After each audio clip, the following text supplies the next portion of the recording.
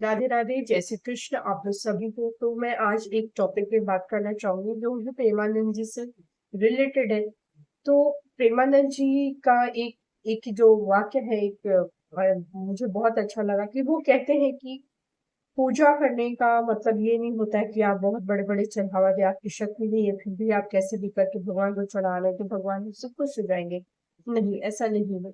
वो कहते हैं कि अगर आपके पास पैसा नहीं है तो एक फूल चढ़ा दीजिए, एक मीठा कुछ चढ़ा दीजिए, या फिर ना भी चढ़ाइए तो भी ईश्वर आपसे तभी प्रसन्न रहते हैं जब अगर अगर आप अच्छे काम कर रहे हैं, अच्छे लोगों की हेल्प कर रहे हैं। अगर आप ईश्वर को कुछ ना चढ़ाए फिर भी अगर वही पैसे का किसी गरीब को दान कर रहे हैं, किसी का पेट भर रहे हैं, किसी की आत्मा को शांति मिल रही है, तो वो ज्यादा इम्पोर्टेंट रखता है, उससे ईश्वर ज्यादा खुश रखते हैं।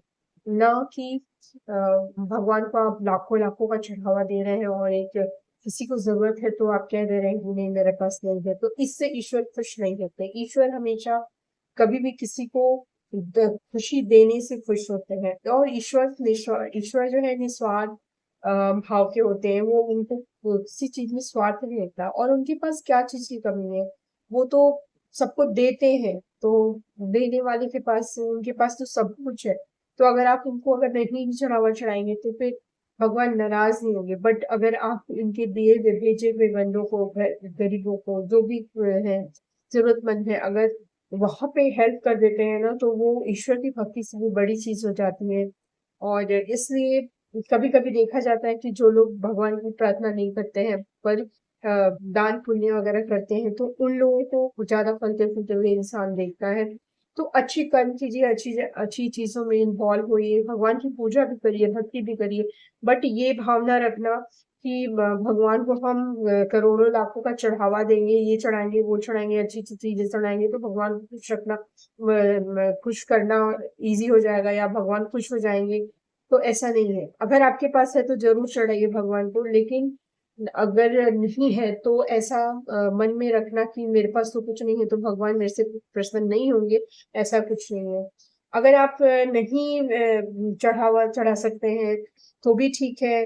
आप गरीबों को दान नहीं दे सकते तो भी ठीक है। अगर भगवान ने जैसी स्थिति आपकी बनाई आप उस हिसाब से चल रहे हैं, जरूर नहीं कि चोरी करके इसे ऐसे ऐसे करके आप लोगों को दान दे दे करके अपने आप को, ऐसा नहीं होना, ऐसा नहीं होना चाहिए।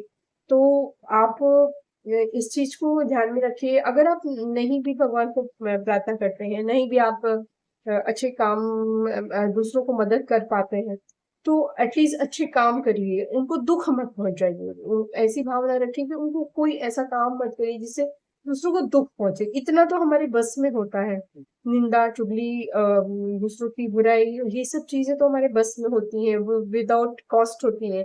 तो ये चीज तो हम कर सकते हैं, इससे भी भगवान बहुत प्रसन्न होते हैं। वो अपने बंदों को भेजते हैं, गरीबी अमीरी सब उनके हाथ में होता है।